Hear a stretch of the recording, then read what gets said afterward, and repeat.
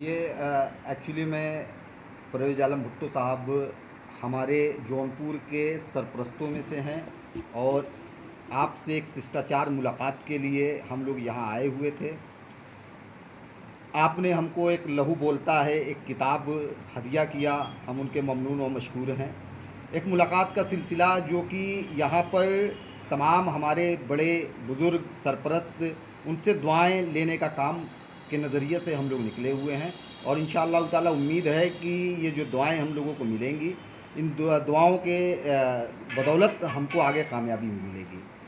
उत्तर प्रदेश विधानसभा चुनाव में all India Majlis-e-Ittehadul मुस्लिमीन जौनपुर में कितनी सीटों पर चुनाव होगा? देखिए, हमारे प्रदेश अध्यक्ष जी ने 100 सीटों पर लड़ने की बात कही है और यहाँ से हम लोग वैसे तो 9 विधानसभा हैं जिनमें से 7 विधानसभाओं में ऑर्गेनाइजेशन मजबूती के साथ वर्क कर रहा है। उसमें से हम लोग जौनपुर, शाहगंज, मछली शहर मुख्तलिफ़ सीटें हैं, उस पर हम लोगों की तैयारियां हैं। आगे जैसा भी निर्देश और आदेश हमारे स्टेट कमेटी की जानिब से होता है उसके लिए सर्वे भी कराए जाएंगे, जहां हमारे ऑर्गेनाइजेशन बहुत मजबूत होंगे। चूँकि ये जो इलेक्शन होंगे वो हम जीतने के लिए लड़ेंगे। वो इसलिए क्योंकि भारतीय जनता पार्टी की हालात आज उत्तर प्रदेश के जो लोग हैं, जब से योगी जी आए हैं सारे लोग देख रहे हैं और 2017 में समाजवादी पार्टी ने पूरी तरीके से नतमस्तक होकर के योगी जी के चरणों में सत्ता को समर्पित कर दिया। तो अखिलेश यादव जी पूरी तरीके से फेलर साबित हुए हैं। इसलिए हमें उम्मीद है कि इस बार भारतीय जनता पार्टी से जो मुकाबला होगा वो एमआईएम का होगा, एमआईएम के जो घटक दल हैं उनके साथ होगा। इसीलिए ये सारी मेहनतें चल रही हैं।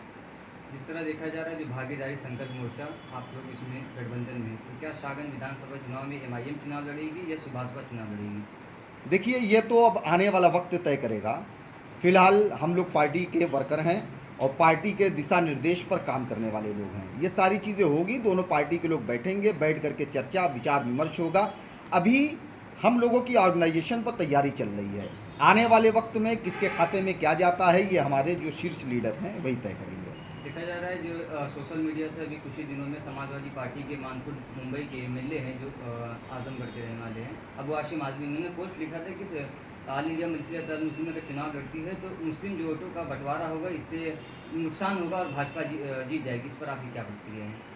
देखिए, उन्होंने जो बात कहा, अगर सारी ठेकेदारी हमारे पास नहीं है, हम बीजेपी को यकीनन हमने रोकने का काम किया। उसके बाद इस मुल्क का अदर बैकवर्ड तबका हो, चाहे वो मुख्तलिफ तबकात हों, मुसलमानों को छोड़ करके सारे के सारे लोग बट करके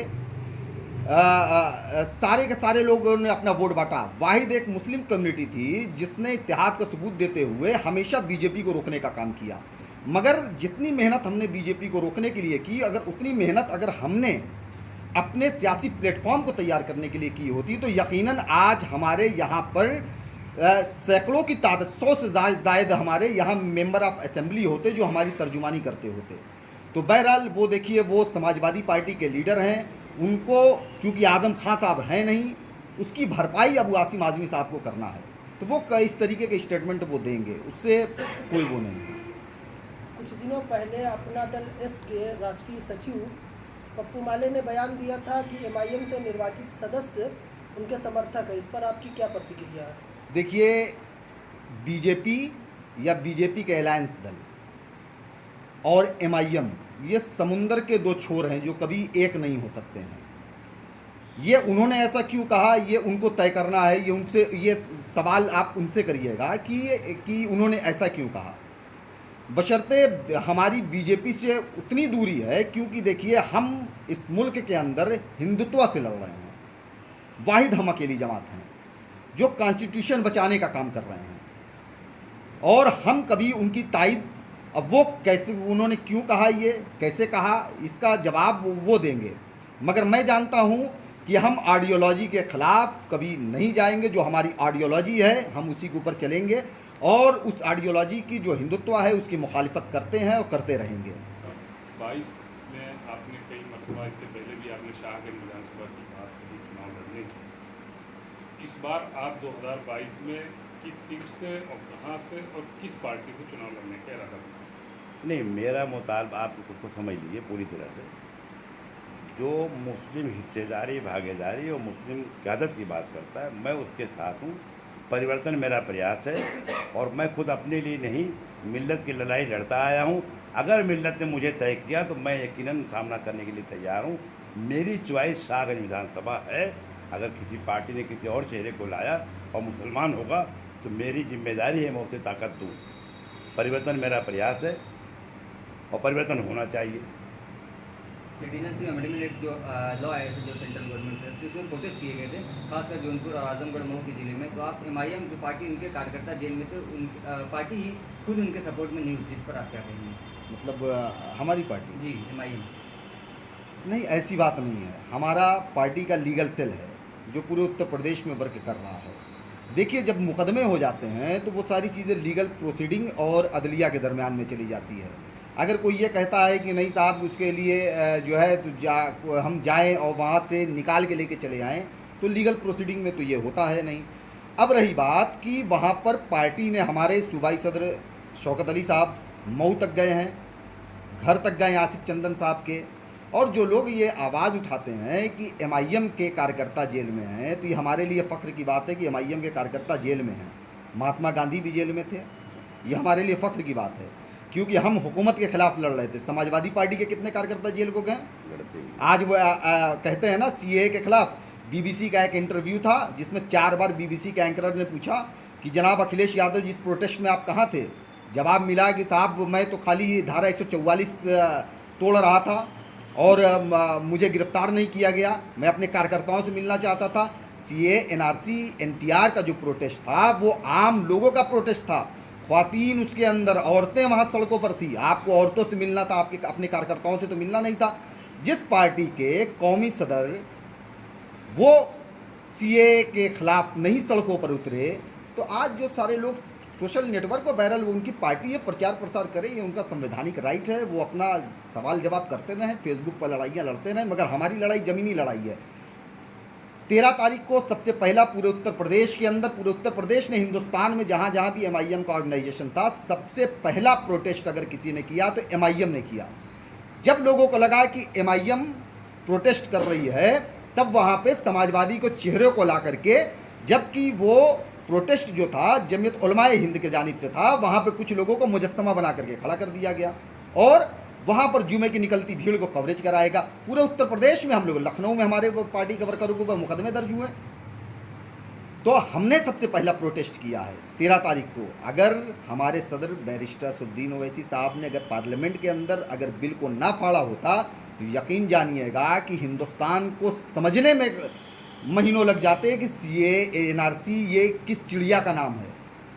ये एमआईएम ने बताया लोगों को और हौसला दिया कि सरकार के आंख में आंख मिला करके हमको करना पड़ेगा। अगर बैरिस्टर साहब ने बिल को ना फाड़ा होता, हम सड़कों पर निकल करके 13 तारीख को प्रोटेस्ट ना किए होते, तो यकीन जानिएगा कि हिंदुस्तान के किसी भी सियासतदान के अंदर वो क़ुव्वत नहीं थी कि वो सड़कों पर निकल के वो करते। आम लोग, स्टूडेंट, ये हमारे पॉलिटिशियन जो समाजवादी के और कांग्रेस के हैं, इनसे बेहतर हमारे स्टूडेंट और हमारी औरतें थी जिन्होंने इस अमेंडमेंट एक्ट के खिलाफ सड़कों पर उतर कर प्रदर्शन किया। तो मुझे फ़ख्र है कि आज एमआईएम के वर्कर जो है वो जेल में, वो इंशाल्लाह निकलेंगे, उनका गुलपोशी करके इस्तकबाल किया जाएगा। पार्टी सारी चीज़ें उसको देख रही है, उस पर नज़र बनाए हुए है, वो लीगल प्रोसीडिंग है, वकील उसमें सारी चीज़ें कर रहे हैं। लेकिन जिस तरह देखा जा रहा है, जो उत्तर प्रदेश विधानसभा चुनाव से पहले ऐसी पोस्टें, ऐसी भ्रामक खबरें जो जा रही हैं कि आपने एमआईएम ने सीए जो प्रोटेस्ट किए थे उन युवाओं के साथ नहीं, जो जेल जा चुके हैं, और जो लखनऊ में सीए के खिलाफ प्रोटेस्ट हुआ था, हमने समाजवादी पार्टी ने शुरुआत की, इस पर आप क्या कहेंगे? देखिए, अगर समाजवादी पार्टी है तो आज़म खान साहब कहाँ हैं? आज़म खान साहब कहाँ हैं? हम तो साबिक चीफ मिनिस्टर नहीं थे ना, हमारे पास तो दर्जनों विधायक और सांसद नहीं है ना, हमारी तो जो रिप्रेजेंटेशन है वो विधानसभा में नहीं है ना, अखिलेश यादव जी के हैं ना, कितनी बार आवाज़ उठ गई। ये सब फालतू की चीज़ें हैं, सोशल नेटवर्क है, सबको अभिव्यक्ति की आज़ादी है, वो अपने कर सकते हैं, अपना चुनाव प्रचार प्रसार करते रहें। संकल्प मोर्चा ने ये कहा है कि जो है मुख्यमंत्री हमारा होगा, जिसमें किसी मुसलमान को बनाया जाएगा। क्या आपकी पार्टी किसी मुख्यमंत्री चेहरे को सामने रखकर 2022 का चुनाव लड़ेगी? देखिए, हमारे सदर बैरिस्टर असदुद्दीन ओवैसी साहब ने ये कहा है कि जो भागीदारी संकल्प मोर्चा है उसके अमीर जनाब ओम प्रकाश राजभर जी हैं। तो हम उन्होंने जो कहा वो सारी चीज़ें वो है। अब रही बात कि इसमें क्या होता है, ये सारी चीज़ें हमारे पार्टी के कौमी सदर, स्टेट प्रेसिडेंट, ये सारी चीज़ें बाद में वाज़ेह होंगी कि कौन है, कैसे है। पिछले दिनों ओम प्रकाश राजभर जी से जब ये सवाल किया गया कि MIM 100 सीटों पर चुनाव लड़ने वाली है, उन्होंने कहा कि अगर कैंडिडेट अच्छे होंगे तो उन्हें हम 125 सीटों पर लड़ने का मौका देंगे। ऐसे में पिछले पंचायत चुनाव में कैंडिडेट को लेकर बड़ा मामला आपके यहाँ देखा गया। बहुत से कैंडिडेट्स ऐसे थे जो गलती से या तो चुन लिए गए या तो पार्टी कार्यकर्ताओं की उसमें अनियमितताएँ थी।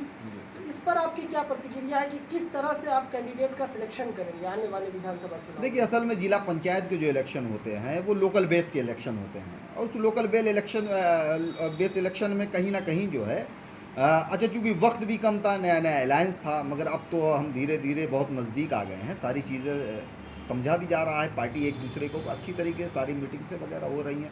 अब वो चीज़ें नहीं होंगी, क्योंकि ये लोकल इलेक्शन था, कहीं ना कहीं जो है एक दूसरे से करने में थोड़ा सा वो हुआ। आगे इंशाअल्लाह ताला बेहतर तरीके से भागीदारी संकल्प मोर्चा उत्तर प्रदेश का इलेक्शन लड़ेगी।